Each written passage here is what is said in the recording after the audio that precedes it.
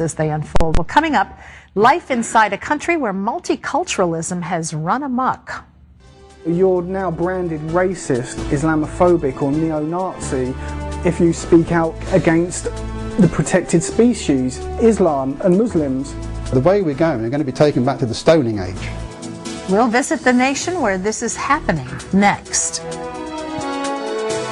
Well, in the past, the Battle of Britain withstood deadly attacks from the Nazis and in generations prior the Spanish Armada. But now it faces an assault from the enemies within, political correctness and multiculturalism. Dale Hurd has the amazing story from London. Britain's top judge says the nation should allow Islamic Sharia law. The head of the Church of England said the same thing. Police dogs might have to wear booties when they search Muslim homes to avoid offending Muslims who believe dogs are unclean. And Britain's Home Secretary has decided that Islamic terrorism should be renamed anti-Islamic activity. There is a real fear of Islam in Britain that is far different than in America, and the headlines here sometimes make it look as if capitulation to Islam is inevitable. It's somewhat astonishing that in a nation of 60 million people, a couple million Muslims could cause so much concern. Critics of the government say that's because Britain's politically correct leadership has been so slow to tackle this problem head-on. So-called hate speech is illegal in Britain, but it depends on who is doing the hating. When these British citizens protested the Mohammed cartoons at the Danish embassy in London in 2006, they expressed their allegiance to terrorists. They called for beheadings and nuclear attacks. British police arrested no one until there was a public uproar. Compare that to when a British news program exposed violent rhetoric in local mosques. British police initially decided to charge not the radical imams who were promoting violence and bigotry, but the news program that did the report for allegedly stirring up racial hatred. But the wake-up calls over political correctness have been getting more frequent and more horrific.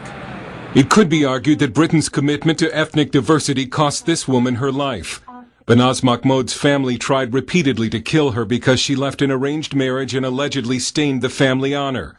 Banaz recorded this video account from a hospital bed the first time her family tried to kill her. She also went to British police several times asking for help, but they ignored her because police thought they should respect ethnic diversity and not get involved. Banaz was finally murdered by her father and uncle, stuffed into a suitcase and buried in this backyard. A surge in honor violence is only one result of the government's policy of respecting ethnic diversity and bowing to Islam. Gina Khan is a national spokeswoman against honor violence and Islamic radicalism. She left an arranged marriage, and because she speaks out against radical Islam, she's been forced to move to a secret location. You're at risk if you speak out. You can be attacked. I'm aware of that. But there comes a time when silence becomes a sin. A guilt. I spoke out because I believe that the people in the community that I moved out of are in denial about jihadism, yet it's happening all under their noses. In fact, I think people know what's happening. When former drug dealer and now born-again Christian Paul Ray wrote in his blog that the Muslim drug gangs in his hometown of Luton were savages, he was arrested on suspicion of a hate crime. It's okay for the Muslims to do what they're doing, and no one arrests them. But then if we start saying and disagreeing with what's actually happening, you know, we're breaching community cohesion and we get arrested for it. It's just how things are now in this country. If we speak out or say anything against the protected species, Islam and Muslims. Paul Ray fled Britain after this interview because of threats against his life from Muslim gangs. Whole sections of Britain are now considered dangerous no-go zones for non-Muslims. Sally McNamara is at the Margaret Thatcher Centre for Freedom at the Heritage Foundation. When you have a government who is so hampered by political correctness that they're unwilling to assert national values of tolerance, of rule of law, of human rights and women's rights and that sort of thing, then you're creating mixed messages where you're saying the extremists can flourish. We have a hornet's nest of Islamic extremism in Britain, which we are trying to combat on a counter-terrorism and counter-radicalisation. Stephen Gash helps lead a grassroots group called SIO, Stop the Islamization of Europe, which has a chapter in Britain. They're discriminating against the majority people in Europe now in favour of the Islamists and Muslims. And the way we're going to be taken back to the Stoning Age. So you're now branded racist, Islamophobic or neo-Nazi if you speak out against Islam.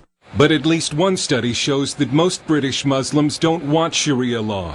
A lot of Muslims came here to escape it, yet it might be foisted on them anyway by political leaders. Wherever there is this same sort of ideology and mindset, there's now more polygamy in our communities, there's more domestic violence in our communities, there's more forced marriages, and there are more honour killings now.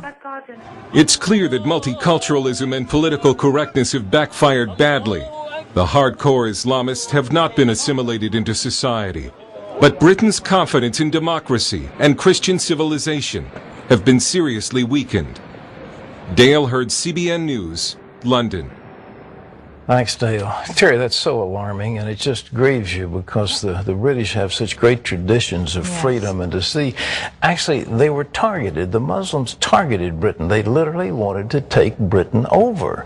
And if the Brits just hold steady and let it happen, then they're going to, these small minorities are going to succeed. But there's a clear, if I can use the term plot, plan, whatever, to take that country over.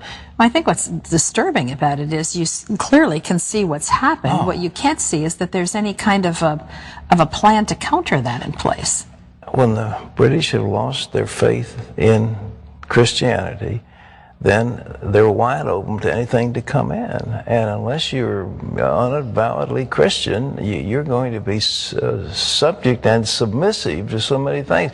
But just think of all these Muslims who came to Britain to get away from Sharia, and now the Archbishop of Canterbury and others are saying, well, we might be having Sharia. Well, who in the world wants to have Sharia in a modern European country? But that's going to be forced on people. No, well, wake up. Smell